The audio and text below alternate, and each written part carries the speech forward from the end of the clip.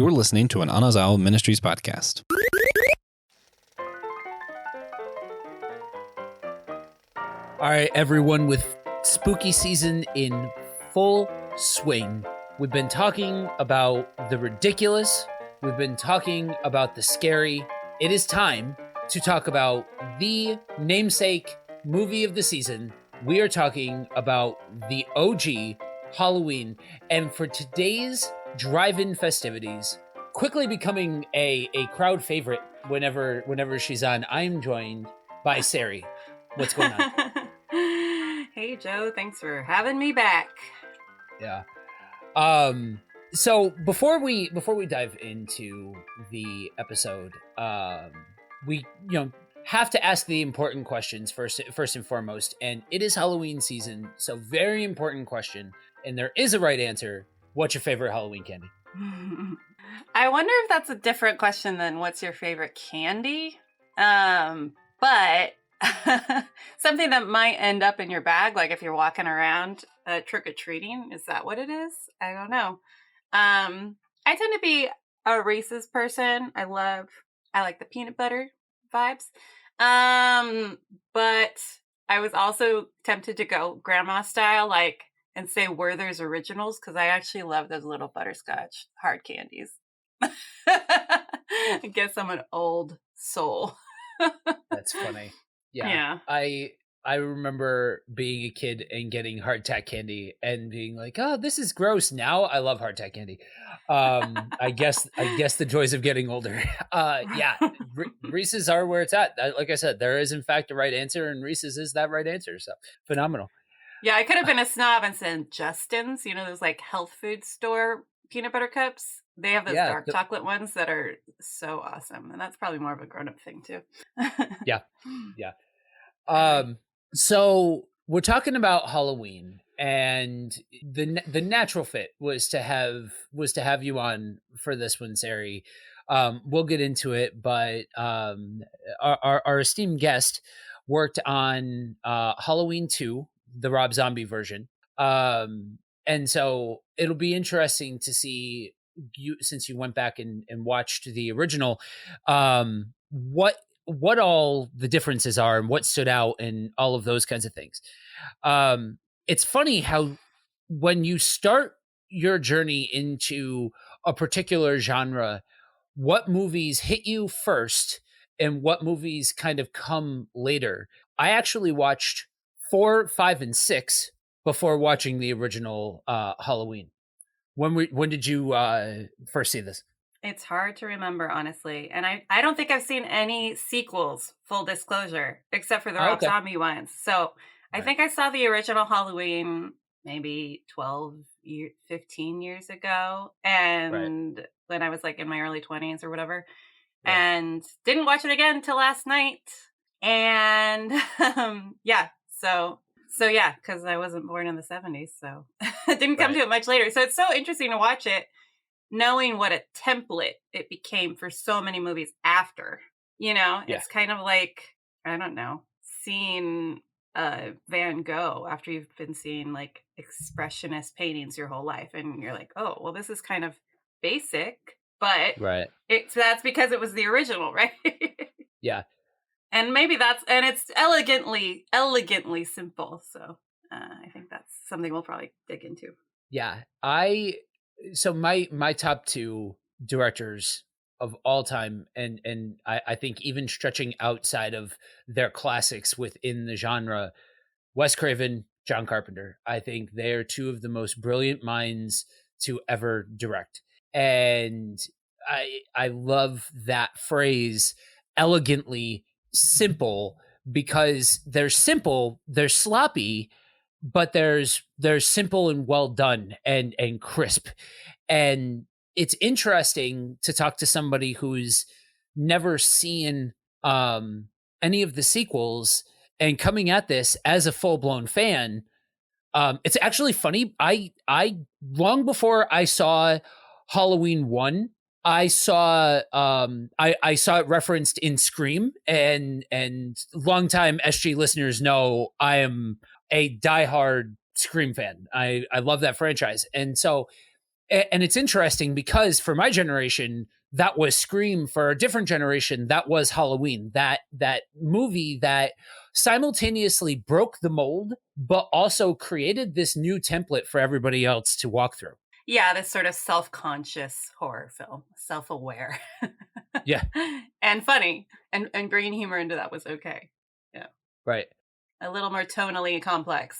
And it's interesting because you look at those individual aspects of the film, right? It's suspenseful, it's scary, it's got ambiance, all of these things, but a lot of that lives and dies on 2 points for this movie: John Carpenter's soundtrack and the character performances of the individuals in the movie. Because we're talking about a movie that held the title of highest grossing independent film for quite a long time. I can't remember. Decades. It was it was decades. Was it Blair Witch that knocked it off the mountain, I think? I think so. Yeah, I think so. Yeah. And yeah, it's interesting because I was thinking about the fact that, like, how ballsy, like, to be the director and be like, I'll just do the score. Like, I'll also just do the score. That's not very normal. And I wonder if it was because of the tight budget. If he's like, well, I'm a musician, like, I could just do it. That would be cool, you know? Or if he always wanted to do that, or if it was part of the budgetary constraints that he was like, hey, I'll do the soundtrack too. You know, I'll do the score too. And I actually got to see John Carpenter in concert once, and he's like an incredible musician. You know, he was How many people can say that they've seen? Wow. I was so lucky to get tickets to this show. I was so lucky. It was in LA, and it was pretty funny because he's pretty old now, you know, he's kind of balding, but he's still got like long hair with a ponytail. He was wearing sunglasses the whole time, and he's like flanked by screens and like other musicians. And so much of it was him just like pressing a button on the keyboard and then just nodding while clips from his movie played. And everyone was just like all about it. Like people were eating it up, you know? He's done so many good scores. But yeah, I heard, so the, like, one EP, Mustafa Akkad, funded the whole movie, the original Halloween. It was like for $350,000, which wasn't that much money even back then. So the stuff they did to like keep it simple, you know, like I read that like the crew members were like, it was their cars that were used in the movies and, you know, stuff like that. It's pretty legit how good it looked in the end for that low of a budget, you know. And probably should shout out the cinematographer. I forget his name, but we can look it up. It looks beautiful. Yeah. It's funny. I've heard a couple of different interviews with John Carpenter where he will talk about the kind of what it was like, and he gave the original cut of the movie to a friend to look over without any of the soundtrack in it. And it was returned to him saying it's boring. There's nothing to anything and all of that. And then he added the soundtrack and it tested entirely differently. And and you don't realize how many movies John Carpenter did, unless like that's your thing. Like if you are into movies and directors and yada yada yada, you don't realize like his breadth of talent is outside of just the horror industry. And for a lot of his films, you know, I wonder in the same kind of vein to your question, I wonder if it's a chicken and the egg kind of situation with him, if he as a whole always set out to be known for his scores as well as his directing, or if Halloween started the process for him and really put him on the map as a composer and musician as well as this prolific director. Yeah, 100%. And I listened to this one video essay that remarks like, you know, it's a really long time before, other than the opening kill in this movie, it's a really long time before you see a murder. And there's a long period of time where there's no score. And then it kicks in during that first kill, and it just made it all that more effective, because there actually is this like realism of just like this natural, just watching this babysitting play out, you know. But then boom, it hits you in the face with all the drama. To go back to the cinematographer is Dean Cundy. Yes, who I guess went on to have a spectacular career. I think he shot like Jurassic Park and stuff. I love one of my favorite scenes visually. Well, obviously all the stuff with the shadows in the dark is incredible. Like that stuff is hard to accomplish, the way there's all this negative shadowy space, and then all of a sudden you see, you know, Michael's face. It's just brilliantly played out. But I freaking love the scene where they're driving to babysit, and the cinematographer's got to be in the back seat of the car, and the girls are kind of out of focus. Their hands are more in focus, and there's light because it's sunset coming in the front window, and it's creating these what's it called, where there's lens flare, you know, and stuff, and it just looks beautiful. And they're talking about, you know, if Laurie actually like has a crush on a boy, and you know, and it's sort of this like liminal moment between like the broad daylight and then into the night, you know. It's like this in between moment, and it's just so gorgeous looking. Yeah, I don't think I remembered when I went back to watch in prep for today. I'm not sure I remembered how much of the movie takes place in the daytime. And I know. And the first time you see Michael, it's broad daylight and he's just standing there. It's in the distance, but yeah, just standing around in broad daylight. Yeah, there's there was a comparison that came into my mind with the last Scream movie that came out. I don't know if you saw that Scream 2022, but there is a particular scene where there is a character running full blast towards their house, broad daylight, middle of suburbia USA. There's seemingly houses, people, cars, all of this stuff, anywhere nearby, and Ghostface jumps out and stabs her in the middle of everything. And there's just something chilling about the fact that this is in the middle of everything, broad daylight. This killer came out and all of that, and I found myself with that similar kind of, it added that similar kind of weight watching it to this figure that's just in the middle of everything. Nobody realizes just who's standing there. You know what I mean? Yeah, I feel like that plays off of like that sense of, you know, you could be that human experience of like, you could be in a big crowd and feel very alone. And I think that if the filmmaker can evoke that sense, it makes it all the more unnerving, you know. Right. Which for Laurie, you know, I was thinking about that scene that Laurie's in the classroom at one point.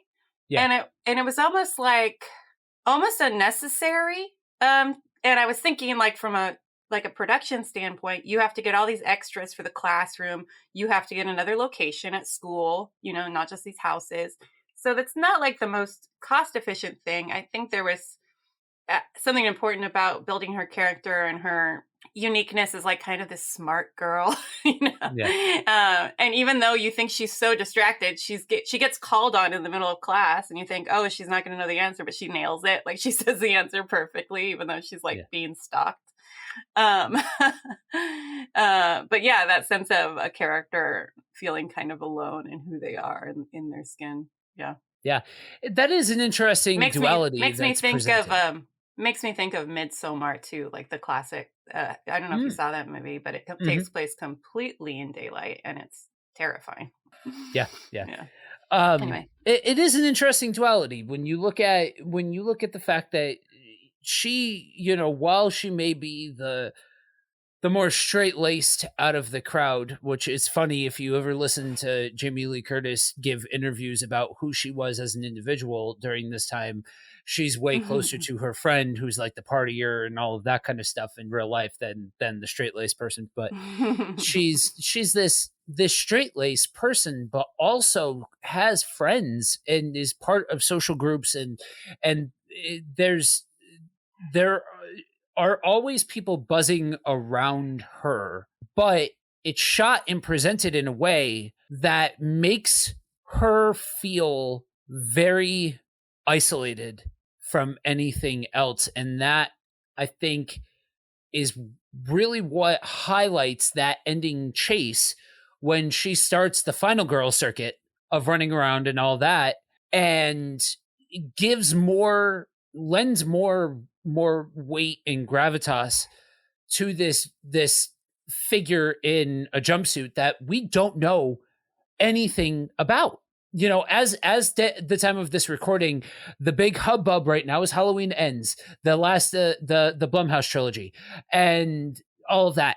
And I won't go into that right now, but it's whether it's that set of movies, or it's Rob Zombie's set of movies, or it's the Thorn trilogy 4, 5, and 6, or whatever. Each one of these, even the original Halloween 2, all of these different movies tried to add mythology to this character, whereas with this one was originally called the Babysitter Murders, because this is just some dude that he actually wasn't even known as, if you look at the credits, he wasn't known as Michael Myers, he was known as The Shape, and it was just that. Yeah, and that was always it wasn't until the second one that he got the name Michael Myers. Yeah. They're going out of their way to make him a symbol, like it's not, there's no explanation of why he did the first murder. No one even asks the question, and, they refer to him as the boogeyman several times. And I think that's a big clue to what the movie's like about, like when the little boy who doesn't even know what the boogeyman is, but then he's saying, you can't kill, you think you killed the boogeyman? No one can kill the boogeyman, like that line is so intentional in what it's trying to convey in terms of meaning, sort of the inevitability of, like, I don't know, human evil.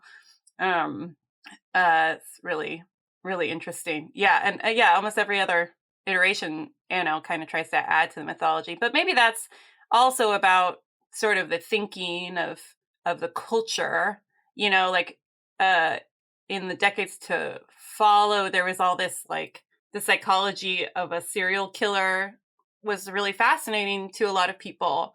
And if you get into the psychology of, like, serial killers, you inevitably find out that, like, their home life as children was horrific, like, and it's like, oh, the boogeyman, it's more this nature versus nurture thing, right? Like, it's like boogeymen aren't born, they're made, that sort of psychologically dominated thinking, kind of becomes more prominent. And I know that Rob was very interested in serial killers and their origins and would read books about them and stuff too. And so you see a little bit more of that fleshed out, but that's not what John Carpenter sought to address, Yeah. And that's one of my favorite things about Halloween, that I was introduced to horror through Nightmare on Elm Street. So Freddy was originally my guy, but I also grew up in the era of AMC showing on repeat 4, 5, and 6 for Halloween, and so they were kind of 1A and 1B for the beginning, and then you had Ghostface and so on and so forth. But one of the things that I appreciate the most out of Halloween specifically is you can kind of cherry pick what your preferred timeline is, in a way that other movies don't really offer. This is more of like a choose your own adventure sort of situation that we've got going on. Like, for me, it's 1, 2, and H2O. That is my timeline. That's my preferred 3 movies. But there's something for everybody. For honestly, for the true crime enthusiasts out there, then I would absolutely suggest checking out Rob Zombie's flicks, because they really do dive into the psychology of what makes somebody dress up and murder people, you know what I mean, and reimagines a lot of the core concepts from the first and second one into this movie, and kind of builds his own world around that. And that's why I think he got kind of an unfair shake at points, even regardless of whether or not that's your bag or not. That's irrelevant. He built a world around the movie that he made. It wasn't John Carpenter's world. John Carpenter wanted to make a ghost. He wanted to make an unexplained evil that's just going around and killing people. And in its own way, that in and of itself is also terrifying because there is no explanation of why this person did what they did. And then to throw in at the end, that little hint of supernatural where, I shot him 6 times and he's gone, And he's gone. Can't kill the boogeyman. Yep. Right. One thing that I wanted to highlight with this, when talking about this movie, is you have Laurie Strode, and I made reference to it before. She was the beginning of what became the next iteration of a great rendition of a final girl in Sidney Prescott from Scream. And you look at those two characters compared to each other, and you can see a lot of similarities where, unfortunately, around them, they each kind of had their time reinventing what the slasher genre was. And out of those two movies, you then had a series of imitations where, yes, there are high points along the way. There are other good examples of final girls. Those aren't the only two. I would say they're the two most important to the slasher genre, just being honest, but you kind of end up with almost with the very thing that they're trying to avoid. And so, it's interesting that you have somebody who, while they're still showing vulnerability and yada, yada, yada, and it's in the realistic response to, if this, masked murderer is chasing you and all of that kind of stuff, but keep their wits about them, act logically, strong, all of those kinds of things. And it really, it's strong character work in a corner of cinema that might not otherwise be known for strong character work, especially out of women. Totally. Yeah, I thought the performances, I was really struck when I rewatched last night how the performances were so strong and so natural. It was really the way that the women interacted. I debate saying girls or women because actually these actresses I think were pushing 30 and they're playing like high school students, but which I guess was okay in the 70s and 80s. But yeah, their interactions all seem very convincing. Deborah Hill, I guess, was the co-writer of the original screenplay, and I didn't know that. Because and when you ask questions around like what does it mean that women are at the center of this? And it's one thing if you think it's coming from just a male perspective, but if you think about the co-author being a woman, maybe there's more to the story. But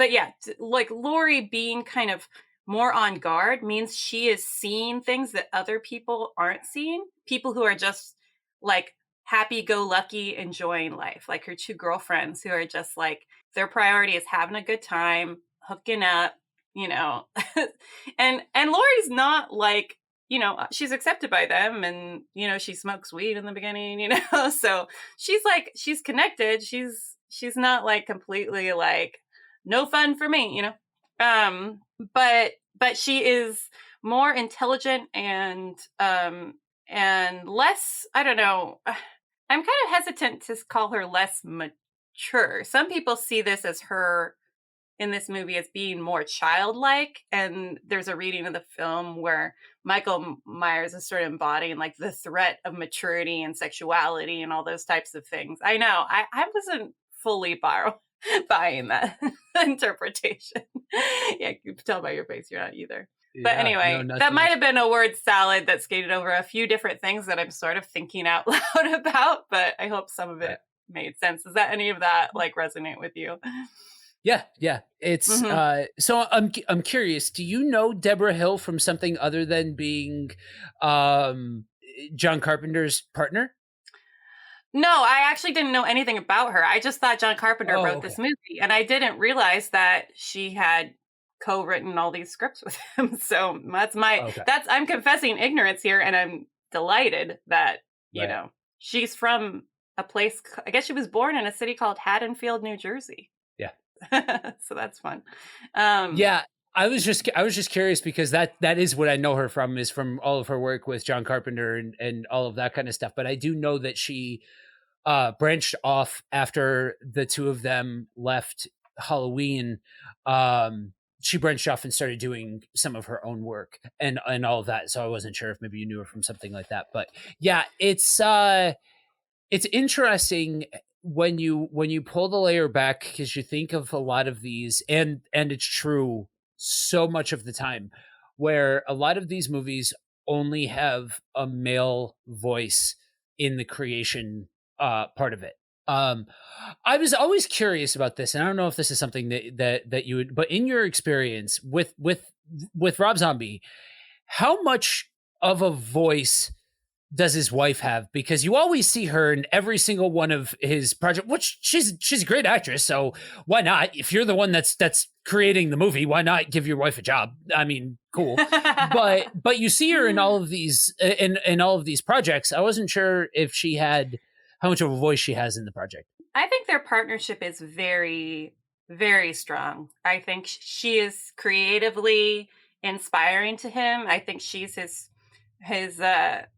he respects her opinion on everything. I think she is, their bond. I mean, he's very loyal to her, and they've been together a long time now, and you can't say that about a lot of rock stars. So I really respect their partnership, and I think that she is very influential creatively. And he also really likes, before we pressed record, we were talking a little bit about his film The Lords of Salem, and that centers around witches, and he loves working with women who might be past their prime by Hollywood standards. He has these, he loves working with these talented women from from bygone eras, and so that whole movie, I think, was sort of a there's a feminist angle to it, with the whole, and kind of a middle finger to the, witch hunts and stuff like that.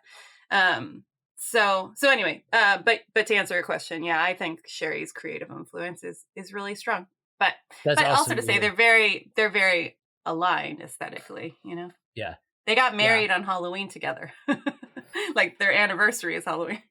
Phenomenal. So. We thought about it. We didn't do Halloween proper, but my wife and I also, in that same vein, we are both big Halloween fans. So but with them, just what better time than the present? When's the next time I'm going to have a conversation about the artistry of Rob Zombie? I'm going to be pretentious here for a second, guys. I am an artist. I love creating things. I might not draw per se. I couldn't necessarily draw my way out of a paper bag, but I'm a musician. I host shows. It's a whole thing. And whatever it is, even if I don't like every single piece of art that an artist creates, my respect always goes out to an artist who unapologetically makes their art. If you're going to make art, unapologetically make your art. Do what you're going to do and do it the best you can do it. And that is something that, as you follow Rob Zombie's career, especially if you are into the genre and read the magazines and read the websites and watch the interviews and all of that kind of stuff, you see this tonal consistency where the guy is just him. Like him or not, he's him. And that's something that I know that John Carpenter has stayed pretty vocal about his dislike of the direction that Zombie took these movies. But both of these guys, and I think this probably goes into some of the butting of heads, but they're both artists who are unapologetically artists that they for art that they create. And that, I think, when you look at, and to bring it back to this Halloween, you brought up the camera shots, but the timing of the music and the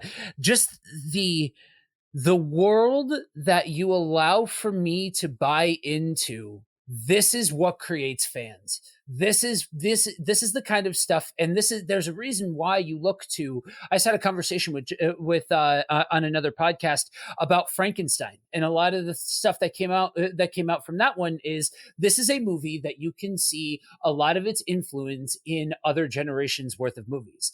This movie Halloween is done in a way where you see a lot of these cues done elsewhere and all of that, and it all comes from the mind of somebody who is unapologetically an artist, and honestly, in my experience, the artistic types, we're the ones that are willing to bring ideas to the table, and the ones that are willing to look at the world maybe from a different angle, or look at a situation from a different perspective. And so I'm always for somebody who allows for that creative voice to shout from the rooftops. Be damned if other people don't necessarily like the art that you make, still make it. I love that. Yeah, it's so much easier to critique than to actually create. I mean, and to be so so brave as to stay true to what your vision is all along the way. That is really, it's a lot. It's not only a lot of work, but it's really hard. And, I have the same, I think my first impression of Rob was when I was in high school, and I don't know, I was a kid. I saw him on MTV Cribs, and he had all this taxidermy in his house and stuff. And I was like, wow, Rob Zombie's cool. And, little did I know I'd be working for him in 10 years later or whatever. But then getting the close up on how much he's like, okay, I've got this band. The band's doing pretty good. Hey, I'm going to tell the record label I'm going to direct my own music videos. Yeah. And I'm going to make movies, and then just having that level of creative control over every aspect of how he's put out into the world is really impressive. It's a ton of work. He would even insist on creating his own tour posters, so I'd get like a, Photoshop file for each tour that he would just bust out. He wanted that. That's something that could be easily farmed out, for the record label to hire someone to do stuff, but he insists on that level of control over how he's put out into the world. And yeah, right. I'm 100% with you. I envy that. I want more of that in my life. I want to insist upon creative control. Right. So yeah. Anyway, and it's funny though that you look at the trajectory of these two guys. There really is a lot of similarity. Yeah, and I honestly think that see. I mean, I don't know if you see it this way, but I feel like Rob obviously was hugely influenced by John Carpenter and was, I think, trying to maintain some of the same tone of the original film, like with his own hybrid stamp on it. But I think there was a lot of just like homage going on. He loves those, those classic movies, and you see that influence.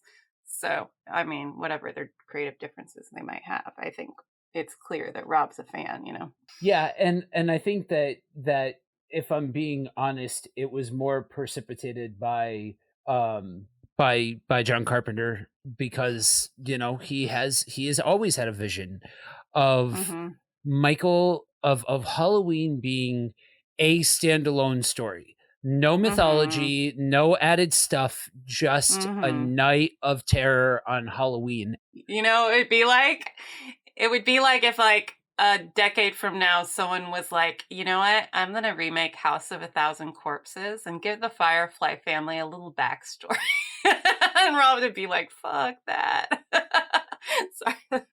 He would be like, screw that. Could you imagine if somebody went back and that movie, of all movies, decided that they're going to remake that movie? Oh, for those of you that have no idea what it is that we're talking about, seriously, viewer discretion is advised. But if you like 70s grindhouse movies and you don't mind gore and lots of it, check out House of a Thousand Corpses, because it's an experience, that's for sure. but rejects. Still, like, even to that point, he wasn't taken seriously at first. So many different studios passed on the project first before it finally got made. And it's the same deal that with John Carpenter, he had a hard time getting traction out the gate. You know what I mean? And I do, to go back to your point of the influence thing, I see tons of influence. I mean, honestly, half of the original movie, well, I should say half of the first movie that Rob Zombie made was a retelling of Halloween 1. And you could tell that there was kind of an overarching influence between 1 and 2 from the original 1 and 2. And that, to me, is cool, you know, as somebody trying to pay homage to the original. I mean, you look at where it was, and I'm one of those apologists for the Thorn trilogy. For those of you that don't know, 4, 5, and 6 are not known for being fan favorites. Really, a lot of them are controversial past the first one. But I appreciate them for the nostalgia factor. But the reality of the situation is that Halloween was in the direct-to-DVD market when Rob Zombie came through and pulled it out of the bargain bin, the Walmart bargain bin. Like, I'm just being honest. Yeah, it actually broke a Labor Day weekend box office record and held on to it until just like last year or something like that. I forget what else broke the record, but it did very well. Yeah. And we don't have, I'll take that ball one step further down the field. We don't have 2018 kills and ends without Halloween 1 and 2 from Rob Zombie. Like him or not, we don't have the new trilogy without him stepping in and having made those movies. Yep. So yeah, I mean, this is one of those movies, guys. We tend to do recommendations, but the only recommendation that I can give is watch this movie on Halloween night. Get the ambiance. Honestly, what you do is, if you're in an area that has a high trick-or-treating traffic, you stick the bowl outside with a sign that says "Take your own," and then you've got the ambiance of the kids outside. I know it's not 1995 anymore. I understand. Let me hold on to my youth, guys. But you set the ambiance and you watch this movie, because in isolation, if you watch this movie, it is a freaked out what if tale of what if everything that could go wrong on a Halloween night did go wrong, as far as, you know, a crazed killer going off and killing people on this night. You know what I mean? Totally. I will say, wait, are we doing recommendations or not? Can I say one? Yeah, go for it. I thought I would throw out my favorite John Carpenter movie is The Thing. Oh yeah. And so if you haven't seen The Thing, that's another sort of like unexplained evil force type movie. Yeah. But the practical visual effects in that film are beyond insane. Nowadays, it would probably all be done with computer graphics, but then it was done practically, and the stuff they do is mind-bending. And so anyway, The Thing is one of my favorite. I don't know if I guess it's kind of a horror sci-fi. Yeah. Tons of suspense though, and a weird ending, and I love it. Yeah. It's a different type of horror. It's still horror. It's horror in the same way that Alien is horror. Yeah. You know, so when you go outside of just like Halloween and you go into John Carpenter's other work, especially The Thing, you're going to realize that pretty unanimously he is an excellent storyteller. He is just, and honestly, for my money, one of the best at creating ambiance. You know what I mean? And that's one of the things that if you make me pause and present something that feels lived in and feels immersive, and you're giving me into a glimpse into whatever this world is, you know what I mean? Whether it's something that is a representation of late 70s teenage culture and this force of evil coming through, or you're on some whacked out hillbilly bullshit, or you're on any of these other examples or things or beats that we've talked about. If you create something that feels lived in and feels like it has stakes, you've got me. Bought in, sold out, you've got me. And the thing, I could go on for another 45 minutes on the thing itself, because that movie is one of those that it makes you, it creates ambiance, it makes you feel things along with the characters, and the commentary aspect of it.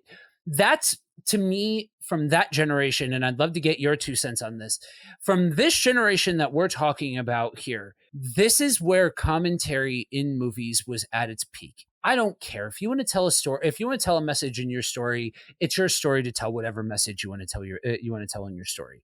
If I don't jive with it, fine, it's not for me then.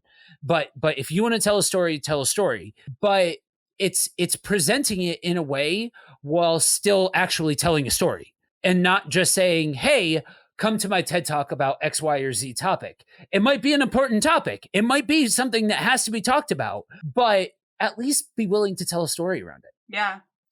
What do you think, Joe, like, what do horror movies do for you? Like, what is it you think, like, draws you to them? And has that changed since you've been a Christian?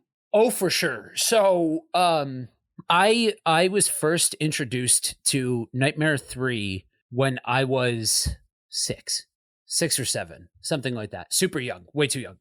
And then that turned into Nightmare 1 and so on and so forth. It was Car Crash TV. It was the same kind of thing that drew me to wrestling at the time, or Saturday morning cartoons, or something like that, which probably speaks to something deeply rooted weird that we're talking about slasher movies in the same context as Saturday morning cartoons. But the 90s were a hell of a time. But that to me was the thing at first. Then it became more about analyzing the stories and the characters, and almost psychologically approaching it. And then that kind of gave way into allowing for, to quote one of our esteemed hosts, Pastor Will, it acts as an avenue to hold the mirror up, you know what I mean, and to ask questions and all of those kinds of things. So yeah, I would absolutely say that it changed, and that's I've definitely settled on more of the philosophical cerebral rather than Carnage Candy. And my 100%, yeah, my taste for that has changed along with that sliding scale of what I appreciate. Like, I looked at I came out of Scream 2022 saying the practical effects, like, the old school horror fan in me thought the practical effects done in that movie were just aces, just absolutely phenomenal. But that meant that you watched a movie of slow, mean kills, and that the first time I watched it did something to my spirit. Like, that was, I needed a minute, I needed a breather from horror movies after watching that movie the first time. And so yeah, I think that's definitely changed over the years. Yeah, that's really good. That's a cool answer. Yeah, I'm definitely not as drawn to stuff that's straight up like the main focus of the evil is around violence. I find that, like, you know, sometimes I call it torture porn, like the Saw films. I won't go there, because my draw, I think, is to TV and films that sort of call attention to, like, what lies beneath everyday life. Like, I think we all feel like a deeper sense of meaning in our experiences, and a tug between good and evil going on within ourselves, within communities, different things. So, like, the horror sci-fi genres make these very creative metaphors to draw out those things. to make like a theological point, maybe to like kind of close this out, is like, I feel like the theological tradition that I was raised in, the church tradition I was raised in, was very, very focused on individual internal evil, and very much focused on that. And that in the last few years, I've had to, so it's actually like psychologically easier to believe that God's mad at you than that God loves you, right? Right. And and you know, the Apostle Paul in one of the letters, I forget which epistle, says like his prayer is for the church, maybe it's Ephesians or something, to know how deep and broad God's love is for them. Yeah. And when I think about that being his like main, it felt like to me growing up, the main goal was for me to know how bad of a sinner I was, not how much God loved me. And so in the last few years, I've had to swing the pendulum to sort of like focusing on that a little bit. And then a lot of the social problems that have been brought to the surface in the last few years, the social justice issues, George Floyd and everything, it's kind of and COVID stuff that has everything like on this world scale. The attention has been brought to systems, kind of evil systems that are a product of how connected we all are. And so I don't know what I'm trying to say exactly, that you know, is the evil. When I was younger, I would probably think like, oh, this horror movie makes me reflect on the evil in me, but I also think about the evil that's out there, you know. And you don't have to just think about, it doesn't have to, I'm not saying it has to be one or the other. I'm just saying that like over time, it's sort of shifted for me into where I'm thinking about where the evil is, and where I think it's important for me to reflect as a person of faith about the evil, you know, that exists, you know. But anyway, hope that made sense. It did. So to throw this out there for all of you current Halloween fans, a lot of the themes that you just brought up, Sari, are part of why I appreciate part of what I do appreciate about Halloween Ends. I've been vocal in what I thought was wrong with the movie, but 18 Kills and Ends all ask this question of what evil is. The evil outward, is evil created or is it born? All of that kind of stuff. And that to me is fascinating. Having lived this whole life and being somebody who's now going through the process of becoming a pastor, having lived this whole other life separate from Jesus, and understanding what makes up the real world and what the real world is like, and all of that, I think allows me the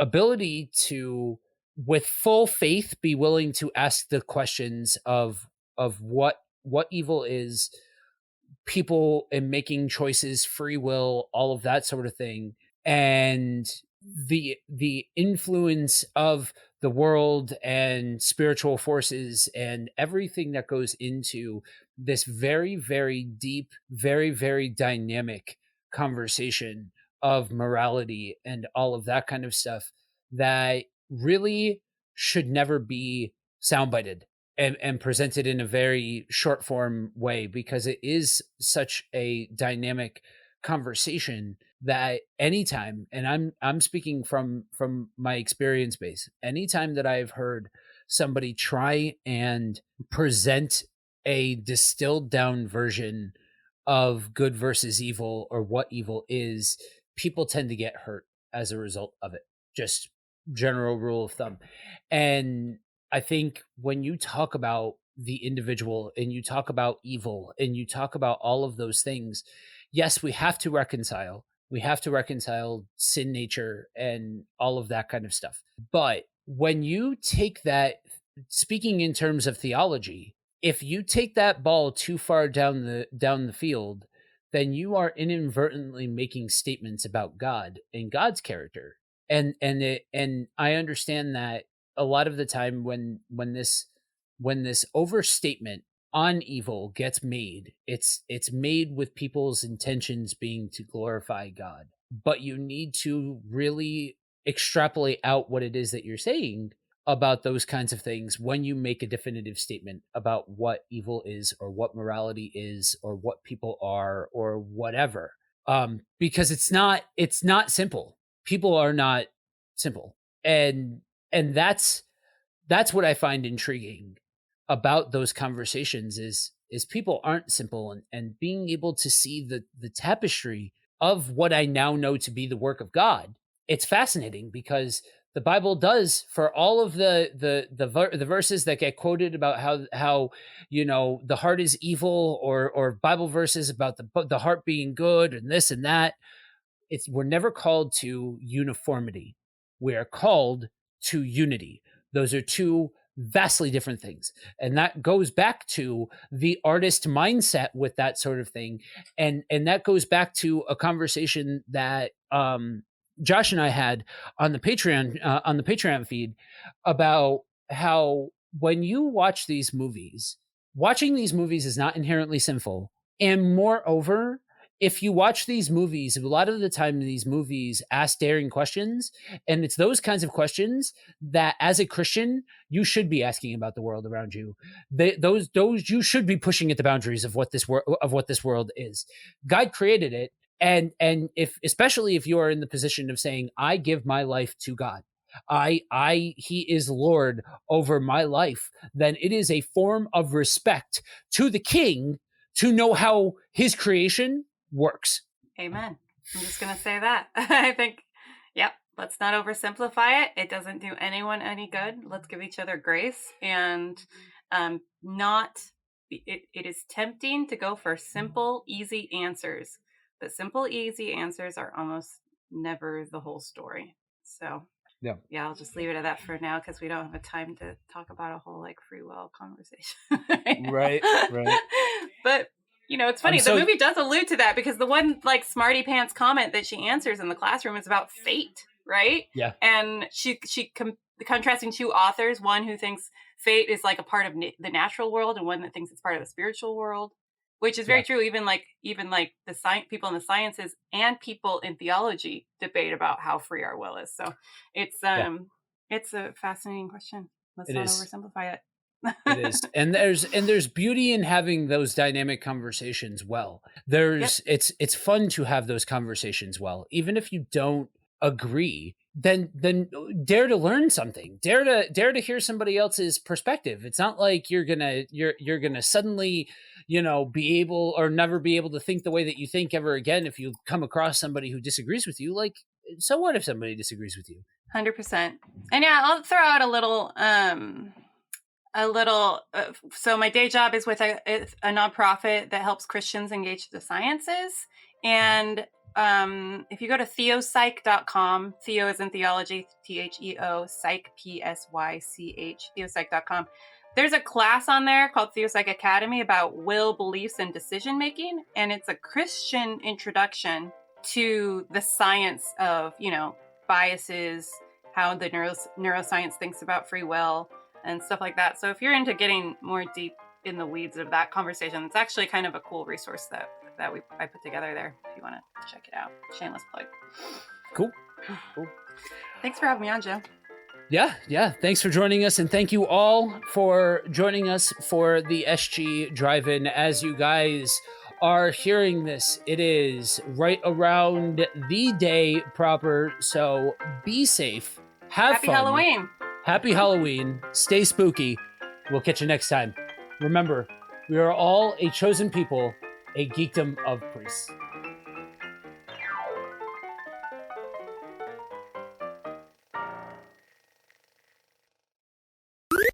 This was an Anazao Ministries podcast. If you enjoyed this show and would like to learn more about our network, be sure to check out the Anazao Ministries podcast network.